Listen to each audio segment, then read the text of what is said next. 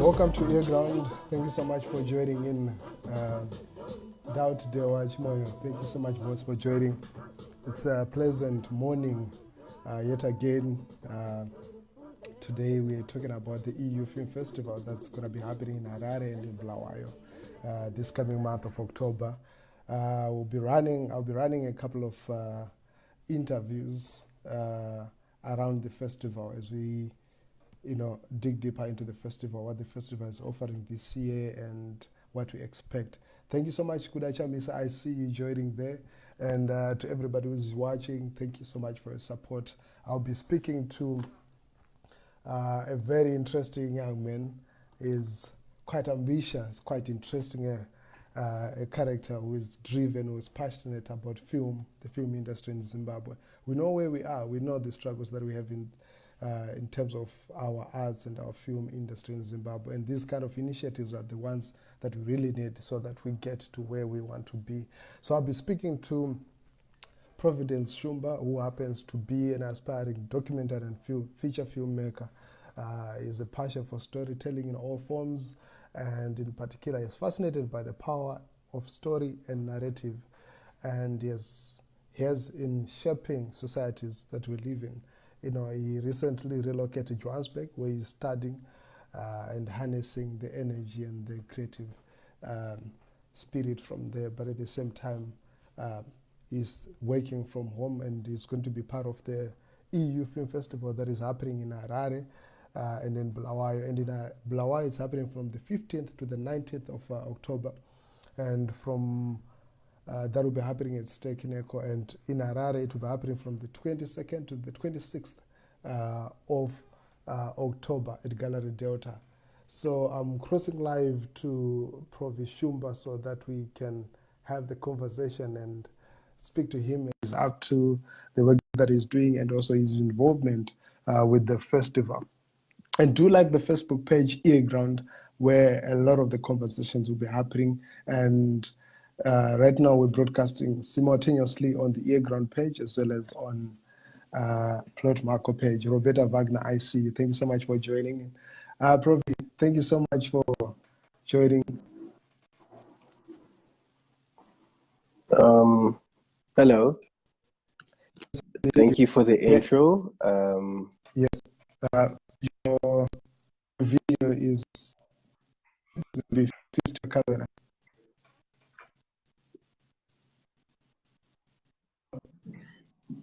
Hello. I think your line is slightly breaking up. Yeah. I don't know if you can hear me clearly. I can hear you.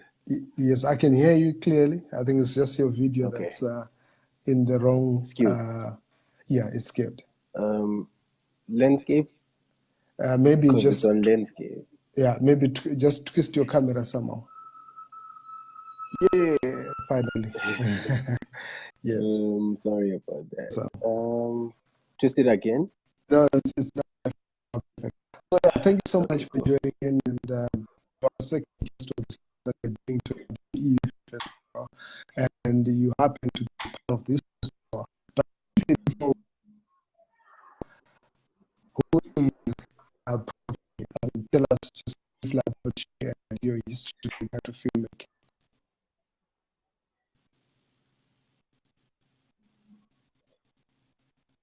I'm sorry. I think we're still having challenges with the connection. I hear you, but it's very scarce. It's very scarce. Okay, can you hear me now? Yes, I can hear you so well. Okay, we're having some technical issues there with Provi, but definitely I'll be crossing back to him so that I can speak to him and get more information from him. No, Vengai Zambezi, thank you so much.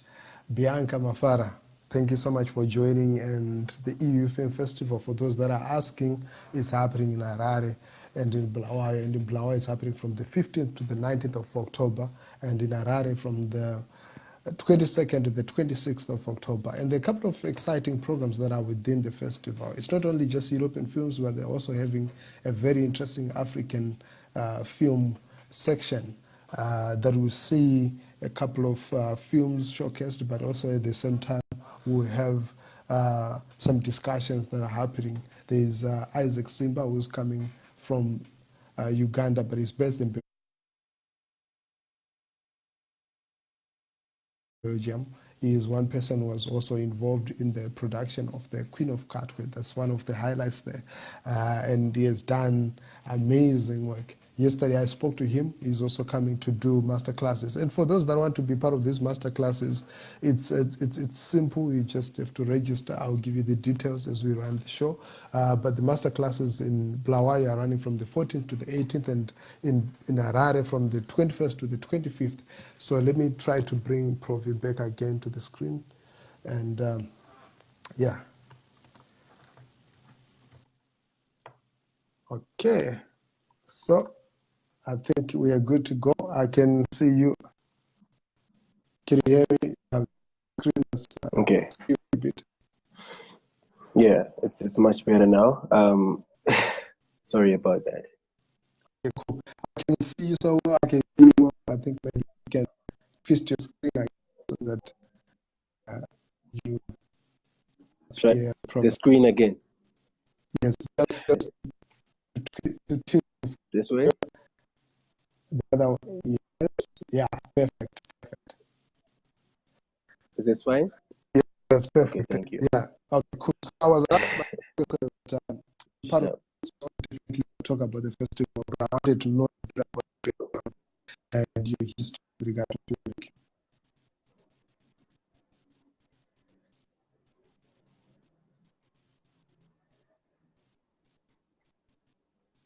Okay.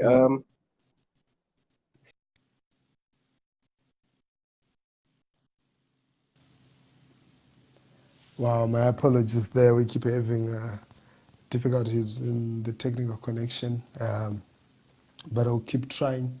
Apparently today I'm not able to flight some of the content that I normally run because of the poor connectivity, but definitely we'll reconnect it to Provi and speak to him and get his story.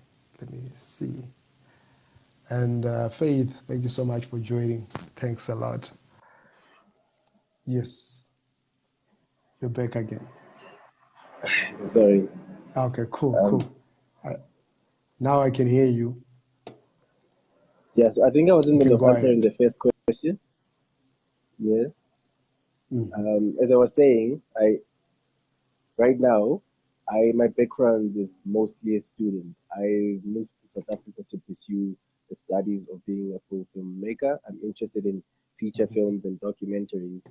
And the process I'm using is very unorthodox. I'm not enrolled in an actual formal institution. Initially, the plan was to do maybe Wits Law School or to go to AFTA, but the funding was quite difficult. So somebody suggested I use a system of mentorships. I approach some people who are in the industry, who are active as filmmakers and documentary makers in South Africa, and they've been willing to allow me to share space with them and invite me behind the scenes.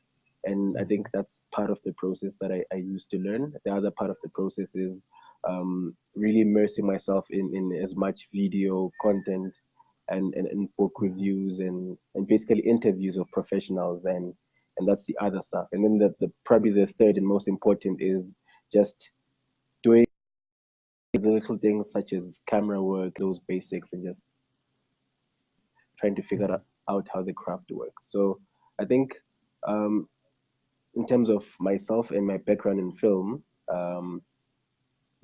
there's not much in terms of output, but there's a lot in terms of what's going inside and understanding the craft. And I think that's the stage where I'm at. My plan is to start putting out content in 2020. So I think hopefully people watch this space. And I would like to say I'm grateful for the Wow, that's EU for quite giving interesting. opportunity. Thank you. I'm grateful to the AU guys for giving an opportunity to somebody who doesn't have like a long CV. They do a lot in terms of taking risks on young talent, and I appreciate them for that. Awesome. And tell us Yeah. about your connection to the EU Film Festival. How did you connect? How did you get to be part of the festival? Well, that's an interesting story, actually. So the way it happened is, last year, I think it was the week before the EU Film Festival in 2018. Yeah. I met Roberta, who is I think the convener, and she was walking in town with her team. So I knew Gilmore from 5, 6 years ago. We've worked Gilmore together in T. different Gilmore T, yes, Mhm. from different projects, pop-up festivals and things like that. He's a very active creative in Blawayo. So I saw him and I went to greet him, and then he was working with the team. There was also Josh and Tina with Roberta. So as we stood there and just during the introductions, I was standing by my friend's internet cafe, and in that 5 minutes, Roberta just walked into that space and really transformed the way I view that space. The way she suggested ideas of how the space could be a very trendy place that taps into indigenous aesthetics, and I think that just blew up my mind, and how somebody can just change your perspective. So from that moment, I think, in addition to them inviting me to the film festival where I could partake or participate in film consumption, I think I was interested in the type of people who I would meet there. So I was very keen to go to that place and share space with them. So that's how we met last year. And I spent that whole week of the film festival just really engaging with there. I think I was like first one in, last one out pretty much every day because I was watching all the films and then staying Okay. long after the films were done. Yeah, Yeah. yeah, yeah. So I think then they decided, I think, to include a Q&A session. I think I inspired it because I tended to ask too many questions last year, and they probably hadn't planned for Interesting. that. But this year they were like, oh, maybe we have we have a space for someone like you, or maybe we should create space for inquisitive people who want to interact more than just watching the films, and maybe talk about behind the scenes. And I think that's how I got connected to them last year. It's just a series of small connections that included me being very persistent as a curious person, I guess. Oh, interesting, interesting. I was going to ask you Yeah, if your experience from last year yeah. benefited you somehow, and if you'd recommend somebody to participate in Um, this year's festival. totally, totally. I'd say in two ways. The first one is just escaping into movies. I think, especially when you're growing up in not really growing up, but like living in the current Zim situation, sometimes you need some form of escape into art. I think that's what art is. It offers an escape or into somebody else's reality. And I think Yeah. just besides the other things, just that 1 hour, 30 minutes to 2 hours of a different perspective allows you to disconnect a bit. I think that's in itself is a benefit, assuming you don't want to become a filmmaker, you're just interested in art. But I think beyond that, networking is something that is very invaluable in our industry. A lot of opportunities, a lot of projects that you would ever hear of, people met in very unexpected places, and I think that's also one of the benefits. The experience itself is really well organized. When you look at the aesthetic from the City Hall building that they use in Blawayo, I'm not sure how they do it in Harare. Yeah. They tends to be very bright and light out in the evenings, and there's very even the tree has sort of like lights hanging from different angles, and it really looks nice and inviting. So I think it's a great environment to have, especially in these, I would say, trying times, to have some form of a nice jewel shining in the middle of the city, if I can put it like that. So it's a great experience. I definitely would recommend it to anyone, whether you want to be a filmmaker Yeah. or you just are interested in learning about different environments or different perspectives. That's a very good opportunity for that. Ah, that's great. Still on that, Yeah, you brought in the perspective of yeah, how the festival lights up the city and brings a lot yeah, of positive illumination to uh, a place, especially at a time when you're going through dark times like these. Um, yeah, how is this film scene in Blawayo? You're originally from Blawayo, right? yeah. I am. Yeah. So how is the Um, film scene there? wow. So let me just say it as a disclaimer, I don't want to be reductionist about it. Yeah. I think Blawayo traditionally has always been known as the arts central in Zimbabwe. But what I think I've noticed is with any economic challenges in any place, one of the first things that suffer is the arts. People are willing to sacrifice on food and anything else, but when entertainment face a lot of budget cuts, and I think it's really suffered from that. Companies aren't investing as much in sponsoring activities. People aren't investing as much in attending shows. So I would say there's that challenge, right? But I would say despite that challenge, there's still a lot of upside. I think especially with the way the EU has approached it, I think giving free service for an entire week is something that um, is commendable.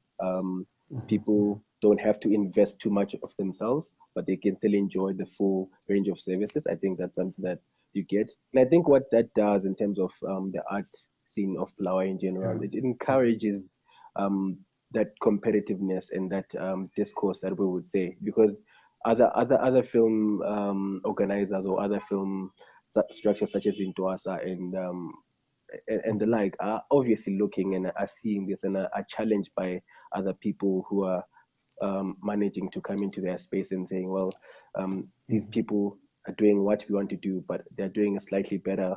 How are they achieving this, and how can we emulate them, or how can we be inspired to continue to produce films and bring them to people in an accessible way? And I think that's very important for any IC. We need to be innovative in the way in which we bring art to the spaces and not just complain that it's a very difficult environment. So I still think the opportunity for networking exists. Platforms exist. I think, in particular, what I liked about the EU is that them taking risks on local talents.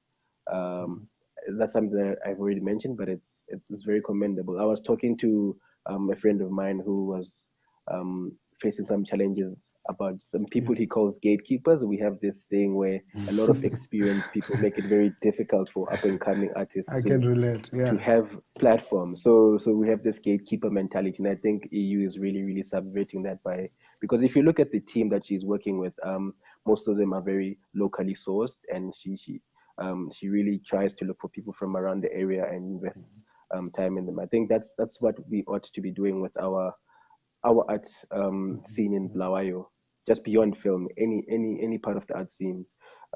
We need to be looking at who is actually from the region and allowing them to get into the space, and not really requiring them to do too much and or to pay their way to the top or ask for favors in other unorthodox ways. We think it needs to be a recognition of someone who is genuinely interested in the craft being given a genuine opportunity. And I think that's how I think film festivals should be used in terms of growing the sector, not really consolidating power, if that makes sense. Wow, this is quite interesting. I'm actually moved because I like how you talk about the festival, not just as a foreign initiative, because I think the first reaction for anyone who hears EU Film Festival, we're thinking, oh, okay, it's a European film festival that's happening in Zimbabwe. But the context of the local players being involved from the production side, and you're saying your first contact with the festival was through a local guy, Gilmore T, who's one of the leading creatives, Forbes, one of the Forbes top, young people to look forward to, and looking at that, it's quite interesting. And this year that you are not just there as a spectator or just as a participant, but you're actually part of the team. You're participating in the festival. What will be your role this year? What will be my role? So like, as I mentioned earlier, they were inspired by my asking too many questions last year to create a Q&A section. I think what that question and answer segment would likely look like is on a daily basis, probably movie after movie, there will be a question and answer segment where I would probably for 5 to 15 minutes talk a bit about the movie, the background, the directions, the director, sorry, and basically the film crew and what their approach was, right? And then invite the audience to maybe engage in terms of their opinion on what they thought about the film. And while it is probably centered at encouraging more engagement with filmmakers, I think it's also open to general people of the public. It's a pilot thing, so likely how it would go. But I think that the emphasis would be on increasing interaction, because I think what happened last year, it wasn't as interactive as they would have wanted. So the approach this year is to continue to grow the interactive side of it. So invite more questions from audience, get more feedback in terms of what they think of the movies or what they think of the whole festival in general, and then continue to make a better festival experience. Because as you can see, this is not something that was there last year. We're growing into it, and then as we go forward, we continue like to get inputs from different people. So it's both a for learning about film at the sake of growing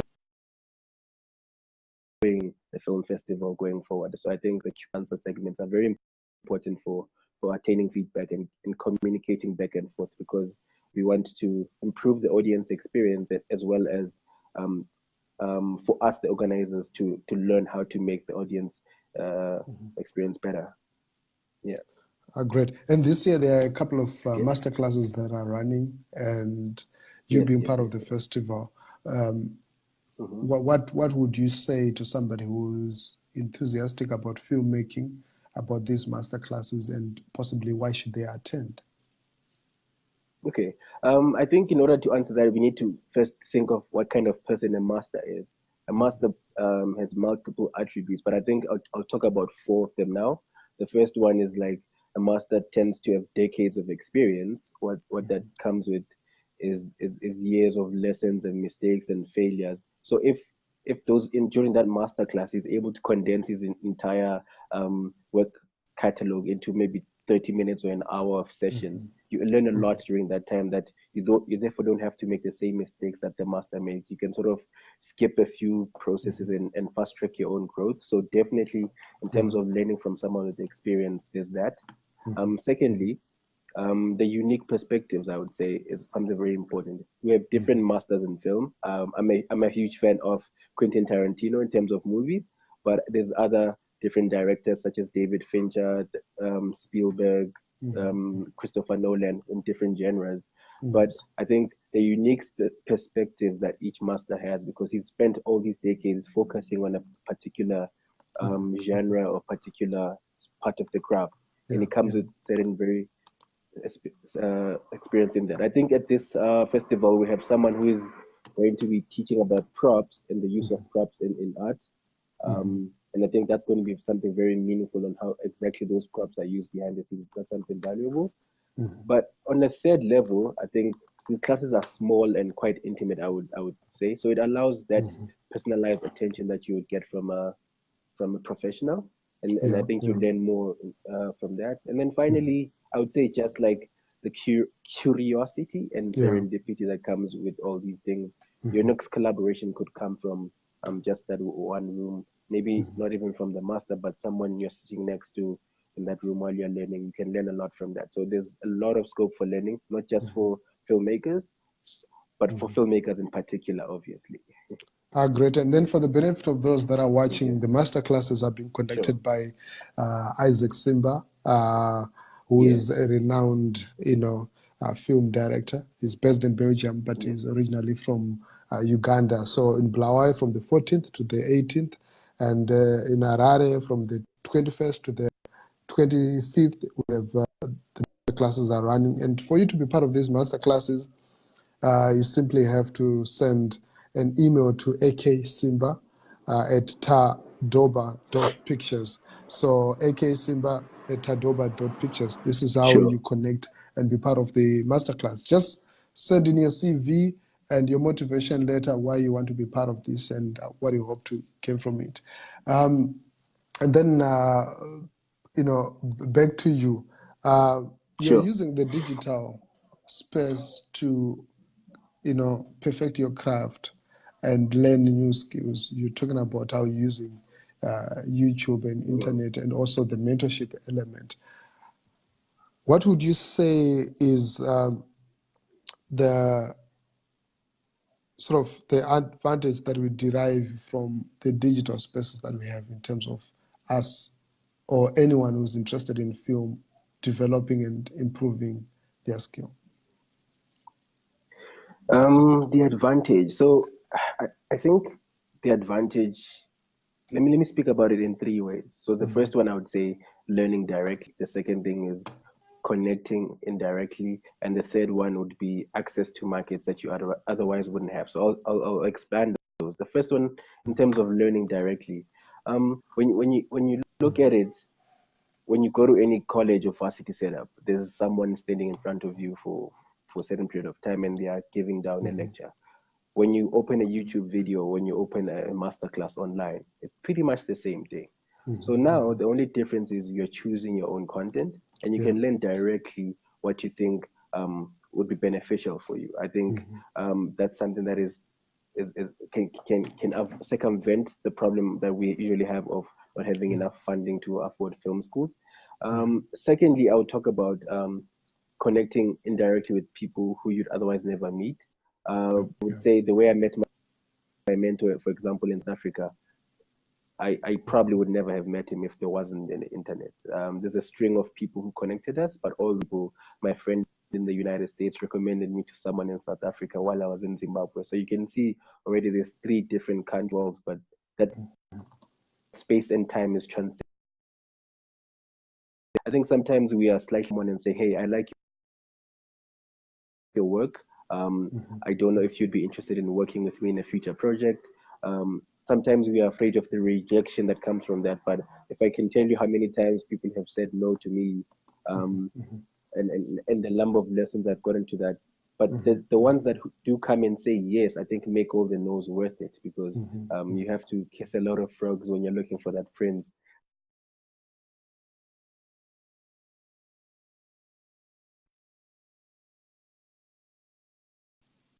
You're not just marketing to the people who live in your environment. You're also marketing to people who live different places, because you find that the people who have your interests or similar interests as you don't always live in the same spaces as you. So maybe if people find you and people find you on Twitter, or people find you on Facebook, that can grow your market base, and therefore you don't necessarily now need to physically be present in places. You can increase your presence online. So I think there's this growing trend of GoFundMe's online, where I don't know if you're familiar. I think some of the viewers may be familiar with the concept of 1,000 true fans. That you can find true fans in different parts of the world, but you need to first be able to put out good quality content out there. And I think online platforms have given that, and that's been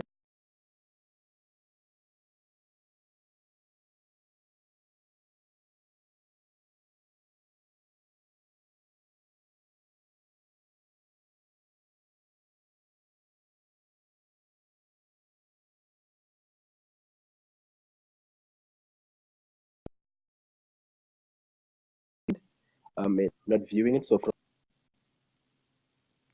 just the earphones, and then I would watch it the visual only with no sound, and then I would finally watch it with all three at the same time. And I think what that does as a filmmaker, you get a different appreciation of each of the different parts that come into it. Appreciation of sound and the role it plays, appreciation of just the visual itself, and then an appreciation of how that works in as a combination. I think as someone who's learning online, you need to learn how to reverse engineer a lot and say, I like the final project.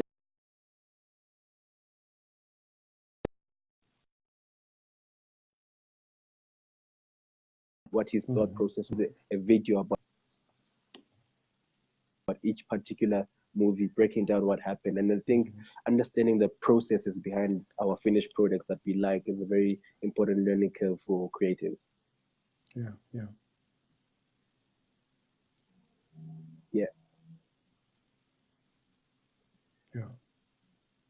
Awesome. Yeah, and thanks a lot. And there will be an input session there at the EU Film Festival, and it's still open to anybody who wants to be part of it, where if you're a student, a filmmaker, or anyone who is working within this area and you want to speak about something, you can actually send an email to Roberta at endhouseproductions.com and get to be part of that. Maybe your last words to film enthusiasts, to somebody who's been like, oh, maybe I want to try this, but they've been hesitant, and you have said it, you're self-driven, you have created your own path, and now you're following it, created your own sort of university, because you're learning from people that have made it, that have Yeah. done it, and you are deep in Johannesburg, where the film industry is really vibrant and working. What's your last word to somebody who's watching right now, who's been contemplating and thinking about filmmaking, and also someone who's just a fan of film, want to attend the festival? Okay.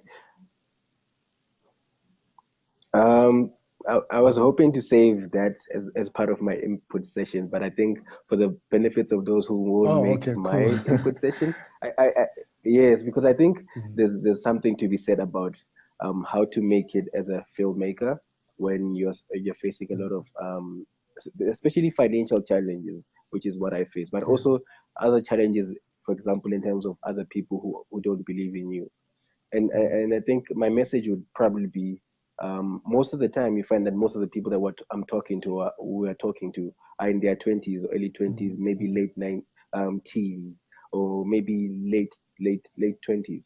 And what those people have in common is time. I think sometimes we have this thing of putting ourselves under artificial pressure and saying, my biological clock is ticking, I'm supposed to be in a certain place, my Yes, peers are and getting married and things like that. true. And I think that the biggest lessons I've learned this year is about being patient with the craft, because when you look at anyone who's ever made it in any industry, but in particular with the film industry, they invested years and years and years of their life, and it didn't happen overnight that they achieved success. So I would say just be patient, and as long as you're ticking the right boxes of the process, you're genuine with the way you interact with people, you're willing to be humble and do the I would say that the rough work, the background work that nobody would give you appreciation for, and just do that heavy lifting. That particularly would be helpful going forward. But I think as a closure, I would say people need to be willing to take risks. And one of my favorite influencers is Gary Vee. I don't know if you may be familiar with Gary Vee. He talks a lot about taking risks, especially when you're a young person like this. And because if you do love film and you think this is where you ought to be, you should be willing to sacrifice a lot of comforts, and I think that's how I took my first leap. And just take your leap, and the universe will definitely catch you if you're genuine. Yeah. Thank you so much. It's been enlightening, Sure. also to me. I feel I've been schooled. I've learned so much from just the conversation with you, and I appreciate that. I start to see a lot of brightness within the film industry, because if we have young people like you who are driven, who are determined to actually create new material, new content, new initiatives, new platforms, there's just resources that we have. I think it's more than just inspiring. It's very encouraging. And thank you so much for your time. It was really great Appreciate it. speaking to you, and see you at the EU Festival Likewise. in Flower. Yeah. Okay, thanks. Thank you. I just wanted to say thank you to you in particular for hosting me on your platform. And also thank you for the EU Film Festival people in general for their willingness to invest in a struggling industry such as this one. I appreciate them for that. Thank you very much. You're most welcome. EarGround Radio. New voices amplified.